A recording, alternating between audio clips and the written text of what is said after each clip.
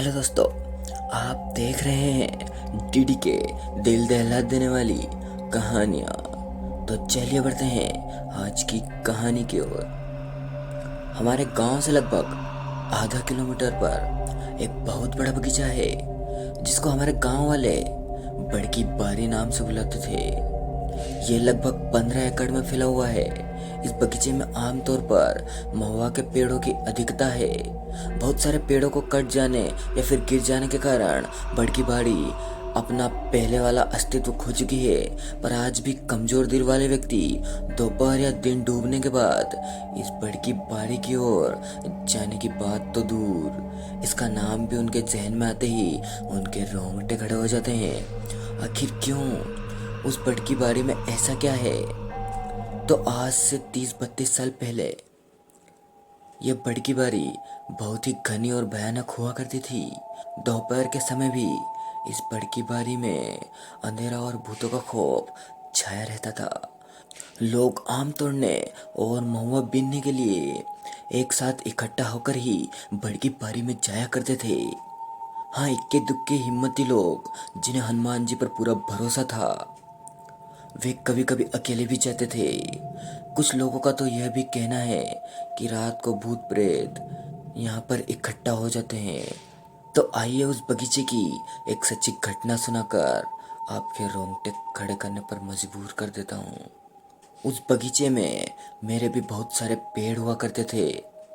एक बार हमारे दादाजी ने आम के मौसम में आमों की रखवाली करने का जिम्मा गांव के एक व्यक्ति को दे दिया। लेकिन कहीं से दादाजी को यह पता चल गया कि रखवाली करने वाला ही रात को एक दो लोगों के साथ मिलकर आम तोड़ लेता है। एक दिन हमारे दादाजी ने छिपकर सही और गलत का पता लगाने की कोशिश की। रात को खा पी कर एक लाठी और टार्च लेकर हमारे दादाजी उस भयानक और भूतों के साम्राज्य वाले बारी में पहुंचे। उनको कोने वाले एक पेड़ के नीचे एक आदमी दिखाई दिया। दादाजी को लगा कि ये वही आदमी है जो आम तोड़ लेता है। दादाजी ने आव देखा न ताव और उस आदमी को पकड़ने के लिए दौड़ने लगे। वो व्यक्ति भी भागने लगा। दादाजी उसे दौड़ा रहे थे और चिल्ला रहे थे कि आज तुमको पकड़कर ही रहूंगा। भाग, देखता हूं कि कितना भागता है। अचानक वो व्यक्ति उस बारी में ही एक पेड़ के पास पहुंचकर भयानक और विकराल रूप ले लेता है। उसके अगल बगल में आग उगलने लगती है। अब तो हमारे दादाजी की बुद्धि काम करना बंद कर देती है। उनका शरीर कांपने लगता है। उनके रोंगटे खड़े हो जाते हैं। अब उनकी हिम्मत जवाब देती जा रही थी। अब उनके पैर न आगे जा रहे थे और न ही पीछे। लगभग 2-3 मिनट तक बेसुध खड़ा रहने के बाद थोड़ी हिम्मत करके हनुमान चालीसा का पाठ करते हुए वो धीरे धीरे पीछे हटने लगे। जब वे घर पहुंचे तो उनके शरीर से आग निकल रही थी। वो बहुत ही सहमे हुए थे।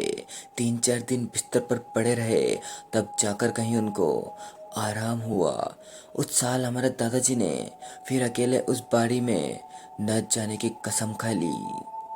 दोस्तों, वीडियो को लाइक और चैनल को सब्सक्राइब जरूर कर लें ताकि आपको ऐसी ही डरावनी कहानियाँ मिलती रहे। तो चलिए दोस्तों, मिलते हैं आपसे किसी अगली डरावनी कहानी में।